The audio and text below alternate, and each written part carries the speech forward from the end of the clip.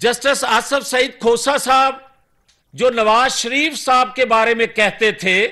یا ان کی عدالت میں جو کچھ الفاظ نواز شریف کے متعلق بولے جاتے تھے، جو آج رٹا دیے گئے ہیں لوگوں کو، وہ ایک نیوکلیر پاور بنانے والے نواز شریف کے لیے مناسب تھے یا آج اس کے لیے بولے جانے چاہیے تھے جو کہہ رہا ہے مجھے حکومت سے ہٹایا تو پاکستان کے 3 ٹکڑے ہو جانے چاہیے؟ جو آج یہ بات کر رہا ہے اور جو اس کے ہماری بات کر رہے ہیں کہ ادارے ریڈ لائن نہیں ہے، ریاست ریڈ لائن نہیں ہے، عمران خان پہ ہاتھ ڈالا تو وہ ہماری ریڈ لائن ہے۔ کوئی اس سے بڑھ کے بات کرتا ہے کہ اگر عمران خان کو گرفتار کیا گیا تو پاکستان کے ٹکڑے ہو جائیں گے خدا نخواستہ۔ یہ آپ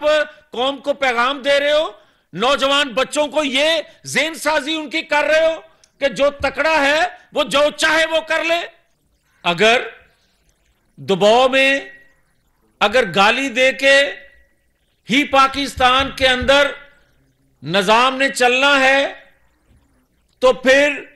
ہر جماعت کو آزادی دے دیں، پھر قانون نام کی کوئی چیز نہ رہنے دیں، کوئی عدالتیں، کوئی ادارے نہ رہنے دیں۔ جو تکڑا ہوگا وہ